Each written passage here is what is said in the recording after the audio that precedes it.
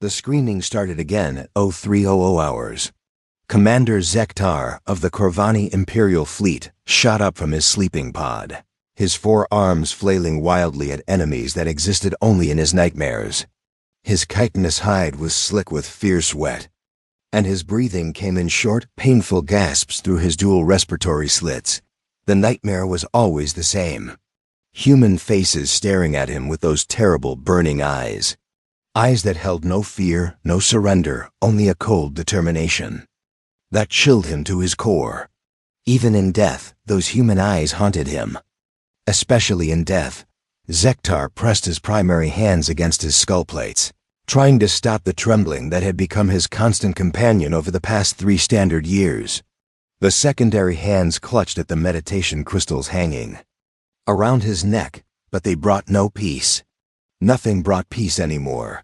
The walls of his private quarters aboard the medical frigate, healing dawn, seemed to close in around him.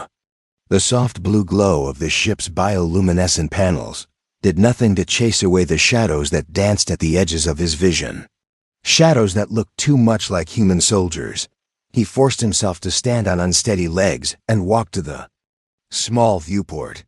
Outside, the stars wheeled slowly past as the ship traveled through hyperspace. Once, those stars had been his domain. He had been Commander Zektar, the pride of the Corvani fleet, conqueror of 6 star systems, the one they called the Iron Fist of the Empire. Now he was just a broken veteran who could not sleep. A soft chime at his door made him jump. His combat instincts, still sharp despite everything, kicked in. His body tensed and his hands moved toward weapons that were not there. The medical ship did not allow personal weapons in the patient quarters. "Commander Zektar," came a gentle voice through the CUM system. "This is Dr. Velanara. I detected elevated stress readings from your quarters. May I enter?" Zektar considered lying. He had become very good at lying over the past few years. Lying to his superiors about his condition. Lying to his family about his nightmares. Lying to himself about his ability to function as a military officer. But Dr. Velanara was different. She was not military. She did not judge him or whisper behind his back like the other Corvani. She simply tried to help. "Enter," he said, his voice hoarse from screaming. The door slid open with a soft hiss, and Dr. Velanara stepped inside. She was smaller than most Corvani, with the pale blue coloring that marked her as a member of the healer caste. Her movements were slow and deliberate, designed not to startle her patients. "Another nightmare," she observed, not making it a question. She had learned to read the signs during their sessions together. Zektar nodded, not trusting his voice. He turned back to the viewport, unable to meet her eyes. In the reflection, he could see how far he had fallen. His once proud military bearing was gone. His shoulders slumped with exhaustion and defeat. "The same one?" Dr. Velanara asked, moving to stand beside him. "Always the same one," Zektar whispered. "The human with the broken arm. The one who smiled at me while he died." Dr. Velanara said nothing for a long moment. She had learned that sometimes silence was the best medicine. Let the patient talk in their own time, at their own pace. "I was a hero once," Zektar said suddenly. "Did you know that? The Emperor himself gave me the Star of Valor for my actions in the Centaura campaign. I was everything a Corvani warrior should be. Strong, brave, victorious. You are still those things," Dr. Velanara said softly. Zektar laughed, but there was no humor in it. "Am I? Look at me, doctor. I jump at shadows. I cannot sleep. I cannot eat. I am afraid of my own memories. What kind of warrior is that?" "Warrior who has seen too much," she replied. "A warrior who has been asked to do things that no being should have to do." "I followed orders," Zektar said, his voice becoming defensive. "I did my duty to the Empire. We all did." "I know, Doctor," Velanara said. "But knowing something is duty does not make it easy to live with." Zektar was quiet for a long time. Outside the viewport, the stars continued their eternal dance. Somewhere out there, Beyond the treaty boundaries were the human worlds, the worlds he had tried to conquer, the worlds that had broken him instead. Tell me about the first time, Dr. Velinara said gently. The first time you encountered humans in battle. Zektar closed his eyes. The memories were always there, just below the surface, waiting to drag him back into the darkness. But Dr. Velinara was right. He had to face them. He had to speak them aloud if he ever hoped to heal. It was 3 years ago, he began, his voice distant. I was commanding the Iron Claw, leading a scouting mission into what we thought was empty space. We had just made contact with the humans a few months before. Our intelligence said they were primitive, weak. They had barely developed faster than light. Travel. He paused, remembering the confidence he had felt then. The absolute certainty that the humans would be just another minor species to be absorbed into the Empire. We were so wrong, he continued. So terribly wrong. Dr. Velinara remained silent, letting him find his own way through the memories. The first human ship we encountered was called the Liberty. It was small, maybe a tenth the size of the Iron Claw, ancient by our standards. Its weapons were projectile-based, not energy weapons like ours. Its shields were barely worth mentioning. Zektar opened his eyes and stared out at the stars. The captain was named Jake Morrison. I remember his name because he told it to me. When I demanded his surrender, he said it like he was proud of it, like it meant something. What happened? Dr. Velinara asked.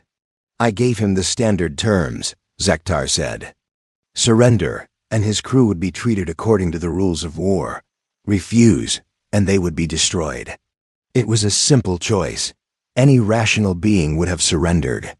He laughed again, that bitter sound that held no joy. But humans are not rational beings, Doctor. Captain Morrison looked at my ship, looked at his pathetic little vessel, and do you know what he said? Dr. Velinara waited. He said, "Go to hell." Those were his exact words. Go to hell. Then he opened fire. Zektar turned away from the viewport and walked to his sleeping pod. He sat down heavily, his head in his hands. What followed was the most insane 14 hours of my military career, he said. That little ship should have lasted maybe 10 minutes against my battle group, but it kept fighting, and fighting, and fighting. His voice began to shake. They used tactics that made no sense.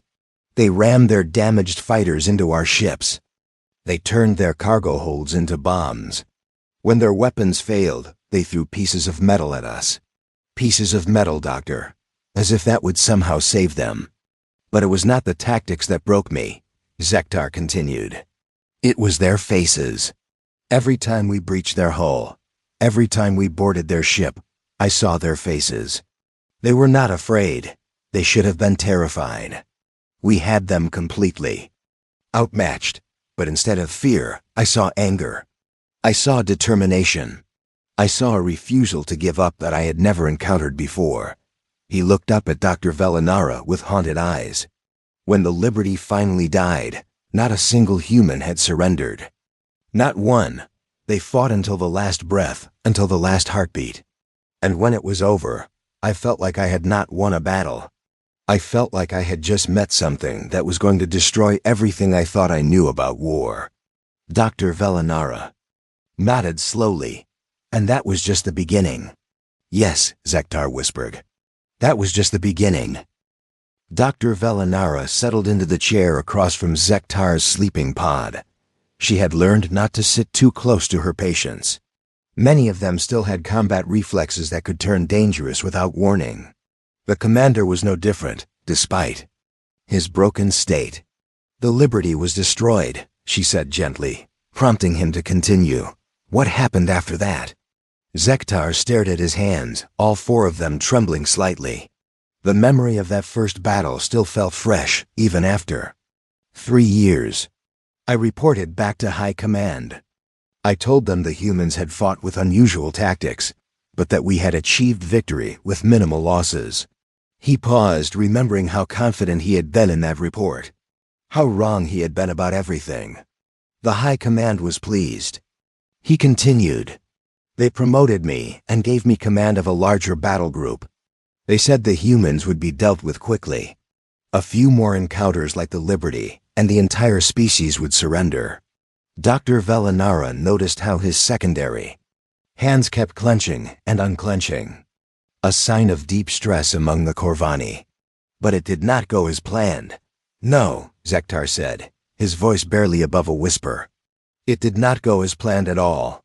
He stood up and began pacing the small room. Movement sometimes helped with the memories, though it never made them go away completely. My new assignment was to patrol the human border worlds. Simple peacekeeping, they called it. Show the flag. Remind the humans that the Corvani Empire was watching them. Most species would see our ships and immediately send messages of submission.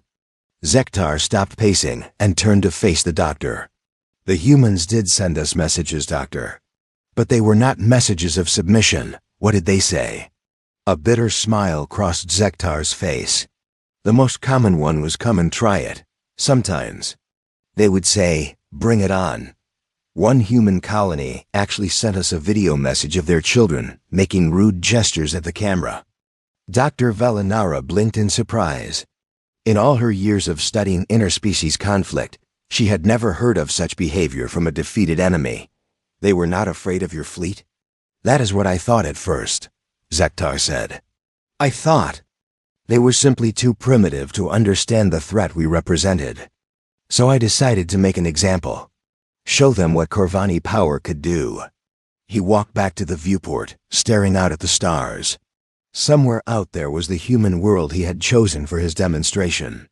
The world that had taught him his first real lesson about human nature. The planet was called New Austin, he said. It was a small colony world, maybe 2 million inhabitants. They had basic defensive satellites and a small militia force. Nothing that should have challenged a proper Corvani battle group. Dr. Velinara made a note on her datapad. She had learned to record these sessions.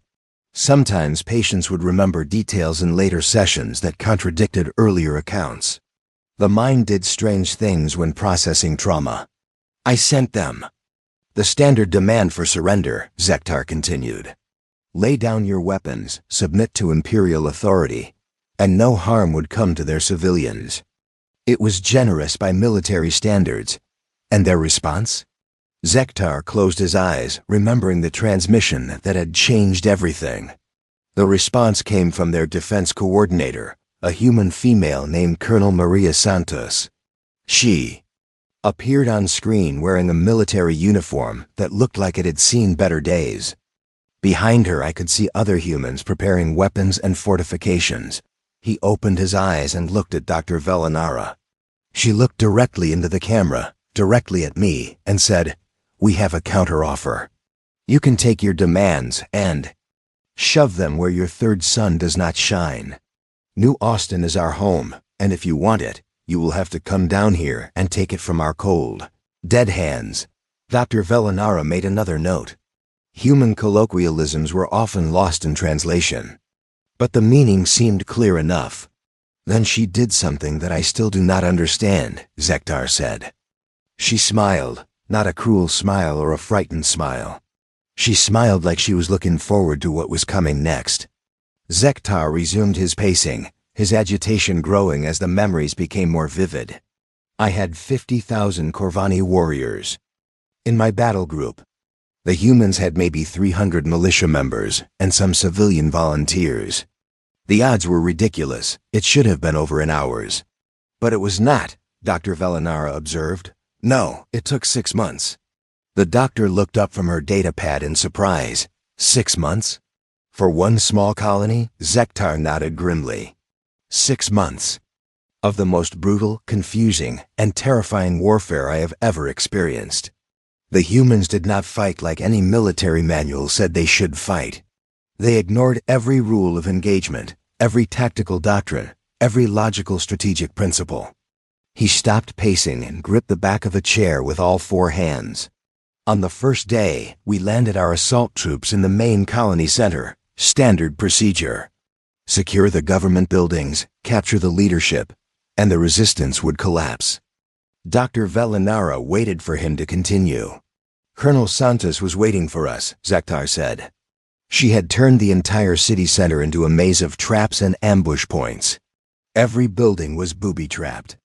Every street corner had hidden weapons. The humans had turned their own homes into battlefields. His voice began to shake as the memories became more intense. But that was not the worst part. The worst part was that they fought like they had nothing to lose, like death was preferable to surrender. Can you give me a specific example? Dr. Velinara asked gently. Zektar was quiet for a long moment. When he spoke again, his voice was distant, lost in the memory. There was a human civilian, a male named Pete Johnson. He was not even a soldier, just a shopkeeper who sold farming equipment. My troops cornered him in his store during the second week of fighting. The commander sat down heavily, his shoulders slumping with exhaustion. According to our intelligence, Johnson had 3 young children and a mate. He should have surrendered to protect them. Any rational being would have. But he did not surrender, Dr. Velinara said, though it was not really a question. No, he barricaded himself in his store and fought my warriors for 6 hours. 6 hours. Doctor, one human civilian with improvised weapons against trained Corvani soldiers. When we finally breached his position, we found him behind a makeshift wall made of farming tools and fertilizer bags. Zektar looked up at the doctor with haunted eyes. He was badly wounded, bleeding from multiple projectile hits. He should have been unconscious or dead. But when my soldiers approached, he triggered an explosive device he had made from farming chemicals. The room fell silent except for the soft hum of the ship's engines. The explosion killed Johnson and 3 of my warriors, Zektar continued. But that was not what broke something inside me. It was what he said right before he triggered the device. Dr. Velinara leaned forward slightly. What did he say? He looked at my soldiers and he said, "Tell your friends that Pete Johnson was here. Tell them we all die hard on New Austin." Then he smiled and pressed the trigger. Zektar buried his face in his primary hands. A shopkeeper, doctor. A simple civilian shopkeeper chose to die rather than surrender. And he did it with a smile on his face. Dr. Velinara made more notes, her mind working to process the psychological implications of what she was hearing. This pattern continued throughout the campaign. It got worse, Zektar said. Much worse. The humans seemed to learn from every encounter. They adapted their tactics, improved their weapons, and found new ways to turn civilian infrastructure into military assets. He stood up and walked to his personal locker, pulling out a small metallic object. This is a human tool called a wrench. They use it to repair machinery. Colonel Santos and her people turned thousands of these into throwing weapons. They would heat them in fires and throw them at my soldiers during close combat. Dr. Velinara examined the crude weapon. It seems ineffective. Against our armor, yes. But the humans were not trying to kill us with these. They were trying to send a message. They were saying that they would fight us with anything they could find. Rocks, tools, their bare hands if necessary. Zektar took the wrench back and held it in his primary hands. By the 4th month, my warriors were afraid to enter human buildings. Not because of their weapons or their traps, but because of their refusal to surrender. My soldiers had never fought an enemy that would rather die than give up. What about Colonel Santos? Dr. Velinara asked. What happened to her? The commander's expression darkened. She held out until the very end. Even when her militia was reduced to a handful of fighters, even when her city was in ruins, she kept fighting. My final assault on her command bunker took 12 hours. He was quiet for a moment, lost in the memory. When we finally breached her position, we found her wounded but still alive. She was trapped under debris, both legs broken, barely conscious. Any other species would have begged for medical aid. Dr. Velinara waited for him to continue. Instead, she looked up at me and said, "I hope you remember us. I hope you remember every single human you killed here. Because there are billions more.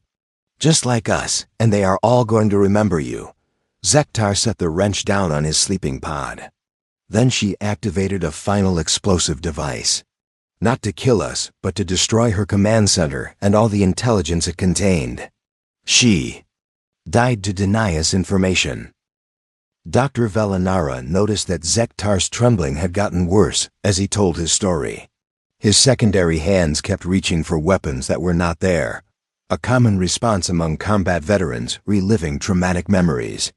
"Commander," she said softly, "would you like to take a break? We can continue this session later." Zektar shook his head violently. "No, I need to tell you about what came next. About what the humans did after New Austin fell." He moved away from the viewport and sat down on the floor, drawing his knees up to his chest in a position that made him look much smaller than his natural 7-foot height. It was a defensive posture, Dr. Velinara noted. Like a child trying to hide from monsters. "After New Austin, High Command was angry," Zektar began. 6 months to take one small colony was unacceptable. They blamed my tactics, said I had been too careful, too worried about casualties. His voice took on a bitter edge, so they sent reinforcements. 3 more battle groups under the command of General Mordock. He was known for his aggressive tactics and quick victories. High Command thought he would show me how to deal with humans properly. Dr. Velinara made a note. She had heard of General Mordock from other patients. His name came up often in the testimonies of Corvani veterans. "The humans had been busy during those 6 months," Zektar continued. "While we were fighting Santos and her militia, they were preparing for what they knew was coming next. Earth had declared total war against the Corvani Empire." He laughed, but there was no humor in the sound. "Total war. Do you know what that means to humans, Doctor? It means every human, everywhere, becomes a soldier. It means their entire civilization transforms into a weapon pointed at their enemies." "What was your next target?" Dr. Velinara asked. "The Kepler system. 5 planets, 2 of them heavily populated. The humans had major shipyards there and several military bases. General Mordock was convinced he could take the entire system in 2 weeks." Zektar stood up and began pacing again, his agitation growing as the memories became more vivid. "We jumped into the system with over 400 ships, the largest Corvani fleet ever assembled for a single operation. It should have been overwhelming force. But the humans were ready," Dr. Velinara observed. "They were more than ready. They had turned the entire system into a fortress. Every asteroid had been hollowed out and filled with weapons. Every moon had hidden missile bases. Every space station had been converted into a weapons platform." His primary hands clenched into fists as he remembered the shock of that first encounter. But it was not the defenses that surprised us. It was the fleet that came to meet us. Zektar stopped pacing and looked directly at the doctor. "Admiral Lisa Carter commanded the human fleet. 60 ships against our 400. By every military calculation, she should have retreated or asked for terms. Instead, she sent us a message." "What did she say?" "She said, 'This is Admiral Lisa Carter of the United Earth Defense Force. You killed 300 good people on New Austin. You destroyed homes, schools, and hospitals. You murdered children and civilians. Today we collect the bill. Then she ordered her fleet to attack." Dr. Velinara could see the confusion and fear in Zektar's eyes as he relived the memory. 60 ships against 400 seems impossible." "It should have been impossible," Zektar agreed. "But Carter and her crews fought like demons. No, worse than demons. Demons you can understand. Demons fight for evil or pleasure. The humans fought for something I could not comprehend." He resumed his pacing, moving faster now as his stress levels increased. Their ships were still inferior to ours in terms of technology. Their weapons were less powerful, their shields weaker, but they fought with a coordination that seemed impossible. "How so?" "They moved like a single organism," Zektar explained. "When one ship was damaged, others would immediately move to cover it. When a human vessel was about to be destroyed, other ships would ram our vessels to save it. They shared targeting data, ammunition, even crew members during the battle. Dr. Velinara made more notes, fascinated despite the horrific nature of the account. What happened to General Mordock? Zektar's expression darkened. The general commanded from his flagship, the Eternal Victory. It was the most powerful ship in the Corvani fleet, designed to be unsinkable. Mordock was so confident that he positioned it at the front of our formation. He paused, his breathing becoming rapid and shallow. A human destroyer called the Defiance was critically damaged in the early part of the battle. Its engines were failing, its weapons were offline, and its crew was evacuating to other ships. But they did not abandon the ship, Dr. Velinara guessed. No, the captain, a human named Ryan Torres, sent the evacuation shuttles away, and then turned his dying ship toward the Eternal Victory. Mordock laughed when he saw it coming. One small destroyer against a dreadnought. It was like an insect attacking. A predator. Zektar sat down heavily in his chair, his shoulders slumping with the weight of the memory. But Torres was not trying to destroy the Eternal Victory with his weapons. He was turning his entire ship into a weapon. A suicide attack? The Defiance rammed the Eternal Victory at full speed and detonated its reactor core on impact. The explosion tore through both ships. General Mordock and his entire command staff were killed instantly, along with Captain Torres and the 12 crew members who had stayed behind to help him. Dr. Velinara looked up from her notes. 12 crew members stayed behind? They volunteered. To die? That is what I could not understand, Zektar said, his voice filled with confusion and fear. Why would anyone volunteer to die for their captain? Why would Torres ask them to? It made no military sense. He stood up and walked to his personal locker, pulling out another object. This one was a small piece of twisted metal with human writing. On it, "This is a piece of the Defiance," he said, holding it out for the doctor to see. I found it embedded in the hull of my ship after the battle. The writing says, "Remember the new Austin 300. They had written the names of Santos and her militia on their ship. Dr. Velinara examined the metal fragment. The human writing was crude but clear. They were fighting for revenge? No, Zektar said, shaking his head. That is what I thought at first. But revenge is something I can understand. Revenge makes tactical sense. This was something else, something deeper. He took the metal fragment back and held it in his palm. During the battle, I monitored human communications. I heard their pilots talking to each other, heard their captains giving orders. They were not talking about revenge or hatred. What were they talking about? They talked about home, about their families, about the people they were protecting. One human pilot, just before his fighter was destroyed, transmitted a message to his wingman. He said, "Tell my daughter I love her, and tell her why we fought." Zektar's voice broke slightly. He could have ejected. His fighter was damaged, but he could have escaped. Instead, he flew it directly into one of our cruisers. His last words were not a battle cry or a curse. He said, "For Emma, Daddy loves you." The room fell silent except for the soft humming of the ship's systems. Dr. Velinara could see tears forming in Zektar's compound eyes. The battle lasted 18 hours, he continued. When it was over, Admiral Carter was dead. Most of her fleet was destroyed. But she had taken 47 of our ships with her, including our flagship and our commanding general. The humans. Lost, Dr. Velinara said. Did they? Zektar asked. They lost the battle, yes. But they had shown us something that terrified every Corvani commander. They had shown us that they would never surrender, never retreat, and never stop fighting until every last human was dead. He walked back to the viewport and stared out at the stars. After the battle, I was promoted to replace General Mordock. High Command said I had shown good tactical judgment by keeping my ship intact. They put me in charge of the final assault on the human stronghold. Kepler Station, Dr. Velinara said, remembering from his earlier sessions. Yes, Kepler Station. The largest military installation in human space. If we could take it, the war would be over. The humans would have no choice but to surrender. Zektar turned back to face the doctor, and she could see the fear in his eyes, the same fear that haunted his nightmares. I should have known better by then, he said. I should have realized that humans do not surrender, ever.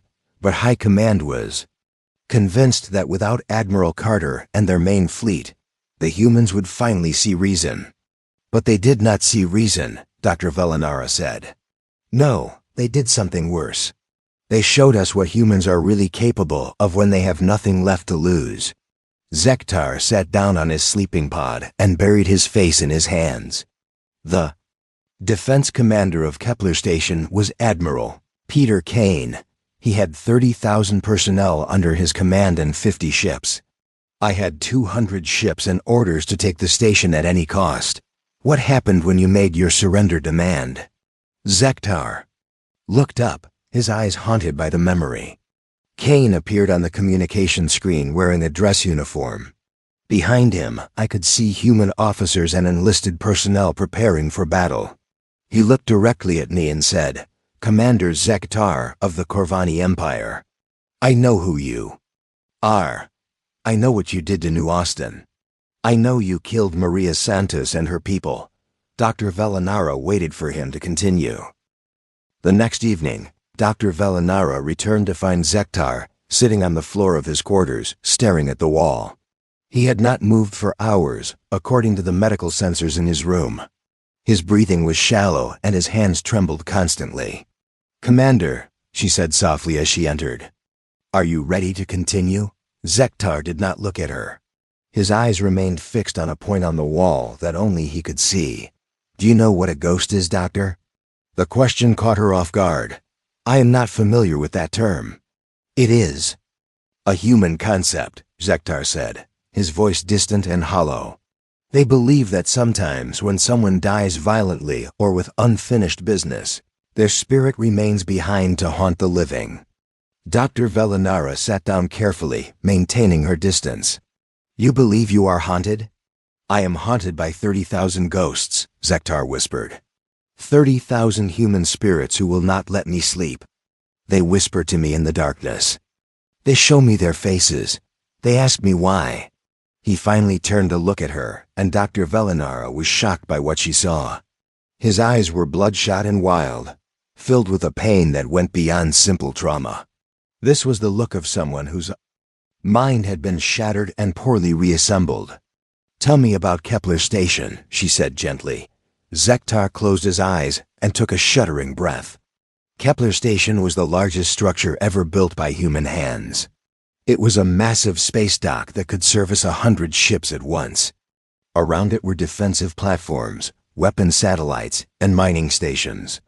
The humans had turned it into their most important military base. He opened his eyes and stared at the ceiling. Admiral Kane had 50 ships defending the station. I had 200. It should have been a simple matter of overwhelming force. But it was not simple, Dr. Velinara said. Nothing about humans is simple, Zektar replied. When my fleet arrived at the edge of the system, Kane was waiting for us. His ships were arranged in a defensive formation around the station, but they were not hiding behind its shields. They were out in open space, ready to fight. Zektar stood up and walked to his personal locker, pulling out another human artifact. This one was a small piece of cloth with writing on it.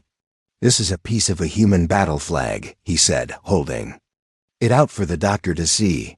It was attached to Admiral Kane's flagship. The words say, remember New Austin, remember the Defiance, remember everyone. They had written the names of every human who had died fighting us. Dr. Velinara examined the cloth. It was burned and torn, stained with what looked like blood. Where did you get this? I cut it from Kane's body, Zektar said quietly. After I killed him. The room fell silent. Dr. Velinara could hear the fear and guilt in his voice, emotions that no Corvani warrior should ever feel about killing an enemy in battle. The battle began at 0800 hours, Zektar continued. Kane's fleet came at us like a spear thrust, his flagship leading the charge. They were outnumbered 4-1, but they fought like they had already won. He sat down on his sleeping pod and clutched the piece of flag in his primary hands. For 6 hours, they held us off. 6 hours against impossible odds. Their ships moved with perfect coordination, covering each other, sharing weapons and shield. Power. It was like fighting a single organism with 50 bodies. What changed the battle? Dr. Velinara asked. Numbers, Zektar said simply. Even human courage has limits. By hour 7, Kane had lost half his fleet. His remaining ships were damaged and running low on ammunition. Any rational commander would have retreated. His voice became quieter, but Kane was not rational. None of them were. Instead of retreating, he ordered his remaining ships to ram the station's docking bays. They were going to seal themselves inside and force us to fight them room by room. Zektar looked up at the doctor with haunted eyes. That was when I made my greatest mistake. I decided to board the station personally. I wanted to face Kane directly, to end this madness once and for all. You went aboard Kepler Station? With my best warriors, yes. 200 of the Empire's finest soldiers. We breached the station's main docking bay and began fighting our way toward the command center. It should have taken an hour to reach Kane. Zektar stood up and began pacing again, his agitation growing as the memories became more vivid. It took us 12 hours. 12 hours to fight through corridors that should have been easily secured. The humans had turned every hallway into a fortress, every room into a weapon. Dr. Velinara noticed that his secondary hands were making strange gestures, as if he was still fighting invisible enemies. What kind of resistance did you encounter? Everything, Zektar said, his voice filled with awe and terror. They used maintenance robots as bombs. They turned the station's artificial gravity against us, creating zones where my warriors could not orient themselves. They flooded sections with toxic gases and then fought us while wearing breathing masks. He stopped pacing and gripped the back of a chair with all 4 hands. But the worst part was not their tactics. It was their refusal to give up. Even when they were wounded, even when they were outnumbered, even when they had no hope of survival, they kept fighting. Can you give me a specific example? Dr. Velinara asked. Zektar was quiet for a long moment. When he spoke again, his voice was barely a whisper. Staff Sergeant Danny Rodriguez. He was a human engineer, responsible for maintaining the station's power systems. When we breached his section, he was alone, cut off from the rest of his unit. The commander sat down heavily, his entire body shaking with the memory. Rodriguez was wounded when we found him. He had taken projectile hits to his chest and left arm. He was bleeding badly and could barely stand. My warriors surrounded him, 20 against 1. Did he surrender? No. Zektar's voice cracked. He looked at us and smiled. He actually smiled, Doctor. Then he said, "You boys picked the wrong day to mess with the human race." Dr. Velinara could see tears forming in Zektar's compound eyes. What happened next? He fought us for 3 hours. 3 hours, Doctor. 1 wounded human against 20 trained Corvani warriors. He used the station's maintenance tunnels to move around us, appearing and disappearing like a phantom. He turned the lights off and on to confuse us. He used repair tools as weapons. Zektar buried his face in his primary hands. He killed 17 of my warriors, 17, with tools and improvised weapons and nothing but determination. When we finally cornered him in the main engineering bay, he was barely alive. He had lost so much blood that he could not stand, without leaning against a wall. But he still would not surrender, Dr. Velinara said. He looked directly at me, Zektar continued, his voice filled with wonder and horror. His eyes were glazing over from blood loss, but he looked directly at me and said, "Hey, bug face. You want to know what humans are really like? We die hard." The room fell silent except for the sound of Zektar's ragged breathing. Then he pulled out a grenade he had been hiding, Zektar whispered. He could have thrown it at us, tried to take some of my warriors with him. Instead, he held it against his chest and smiled at me. He said, "See you in hell, Commander." "Save me a seat." Dr. Velinara waited for him to continue. The explosion killed Rodriguez and my 3 remaining warriors. It also damaged the station's main power core, causing a cascade failure that took out half the defensive systems. One human engineer, dying alone in a maintenance bay, had crippled our entire assault. Zektar stood up and walked to the viewport, staring out at the stars. But that was not what broke me, Doctor. What broke me was the look in his eyes when he died. He was not afraid. He was not angry. He was satisfied, like he had accomplished exactly what he set out to do. "You continued to the command center," Dr. Velinara prompted. "Yes. With the power systems damaged, Kane's remaining defenses were failing. We fought our way through the station's upper levels, past human defenders who seemed to multiply instead of diminish. Civilians had taken up arms alongside the military. Children who should have been evacuated were helping to reload weapons." Zektar's voice became distant again. "When we finally reached the command center, we found Admiral Kane alone. His staff was dead, his ships were destroyed, and his station was falling apart around him. He was wounded and exhausted, but he was still fighting." "What did you say to him?" "I demanded his surrender. I told him his cause was hopeless, his people were dead, and his resistance was pointless. I offered him honorable treatment as a prisoner of war." Zektar turned back to face the doctor. Kane laughed. He actually laughed at me. Then he said, "Commander, you still do not understand what you are fighting. You think this is about military victory. You think this is about territory or resources or power." "What did he mean?" Kane pointed to a picture on his desk. It showed a human female and 2 small children. His family, I realized. He said, "This is what I am fighting for. Not glory. Not conquest. Not empire. I am fighting so that my children can grow up free. I am fighting so that no alien will ever own their souls." Zektar's hands were shaking violently now. Then he picked up his weapon and charged at me. One wounded human against a fully armed Corvani commander. He should have been no threat at all, but he was, Dr. Velinara said. "He nearly killed me," Zektar admitted. Kane fought with a fury I had never encountered before. Not the rage of a cornered animal, but the determination of a parent protecting his children. 1 week later, Dr. Velinara found Zektar in the ship's observation lounge, staring out at the stars through the large viewing windows. He was sitting in a chair facing the viewport, but his posture was different, less defensive, less broken. "You look better today," she observed as she approached. Zektar turned to look at her, and she was surprised to see that some of the haunted look had left his eyes. He was still damaged, still traumatized, but there was something new there. Something that might have been hope.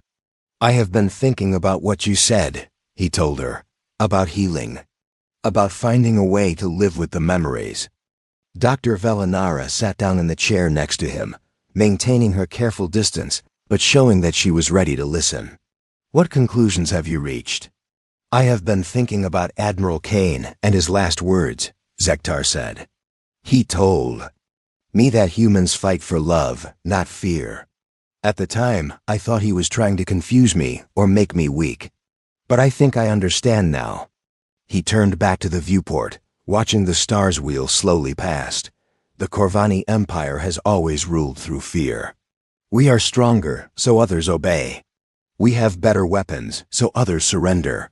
We show our power, and other species submit. But humans are different, Dr. Velinara said. "Humans do not submit," Zektar agreed. "They do not surrender because someone is stronger. They fight because they love something more than they fear death. That is what made them so dangerous. That is what made them impossible to defeat." Dr. Velinara made notes on her datapad. This was a breakthrough. For the first time, Zektar was talking about humans without the overwhelming fear and guilt that had dominated their previous sessions. "I received a message from High Command yesterday," Zektar continued. "They are offering me a new assignment. Command of a patrol fleet in the outer sectors. Away from human space. Away from the memories. How do you feel about that offer?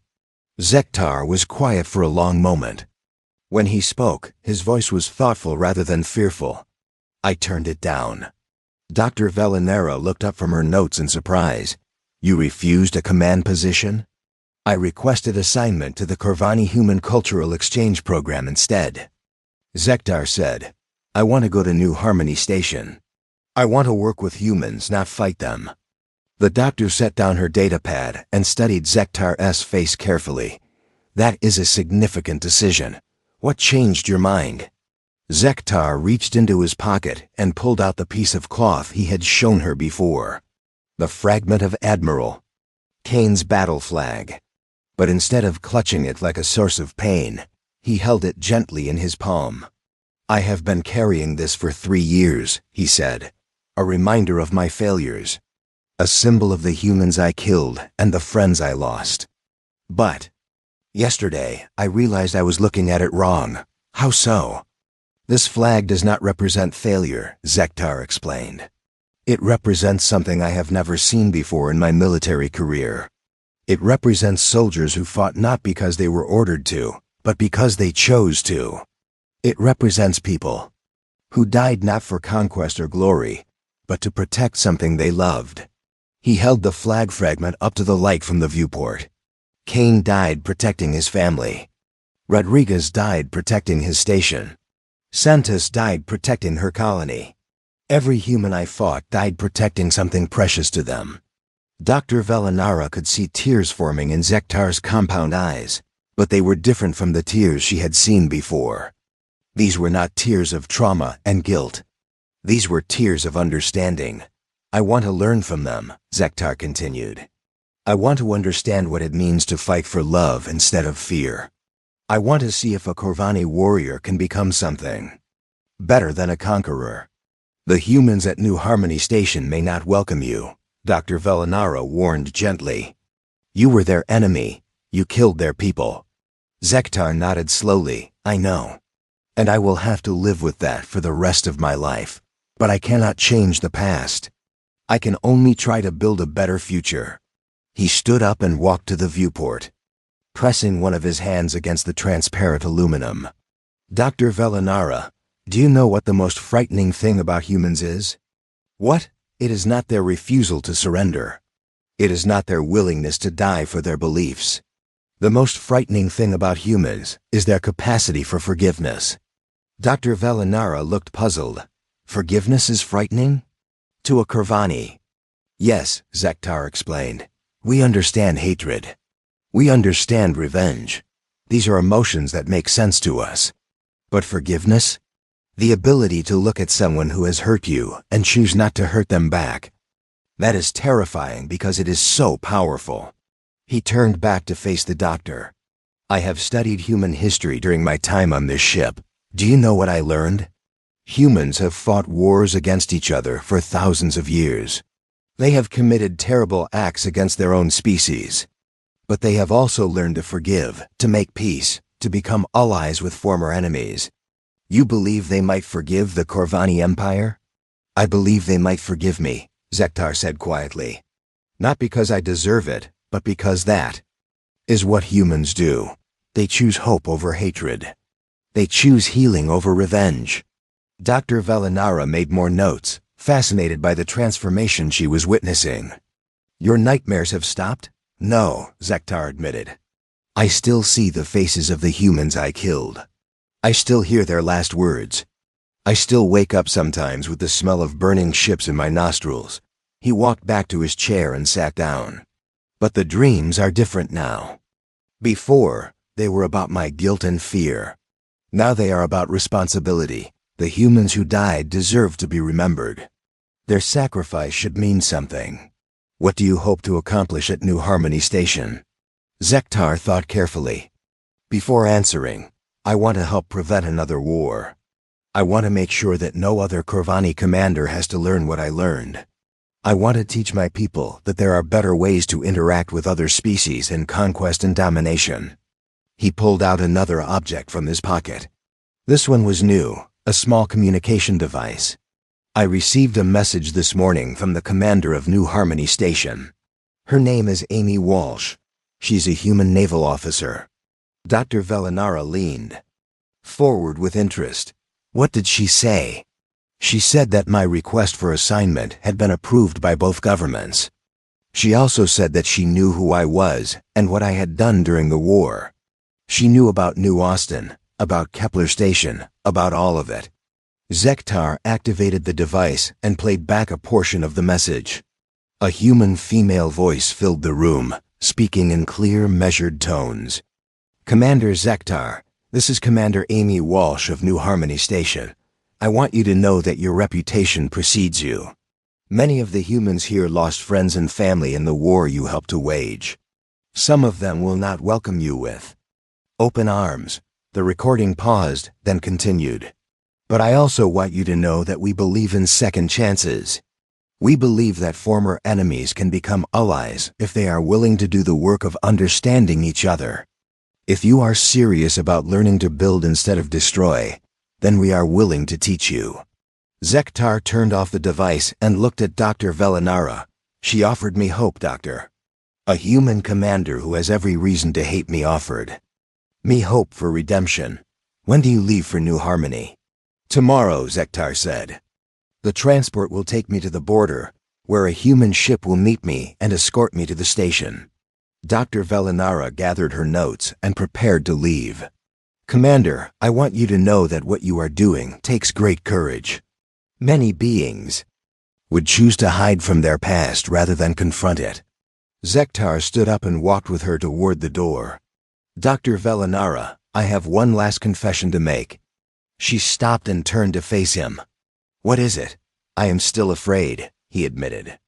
I am afraid that the humans will reject me. I am afraid that I will fail at this new mission. I am afraid that the nightmares will never completely go away.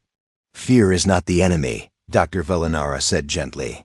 Fear only becomes dangerous when it prevents us from doing what we know is right. Zektar nodded. The humans taught me that.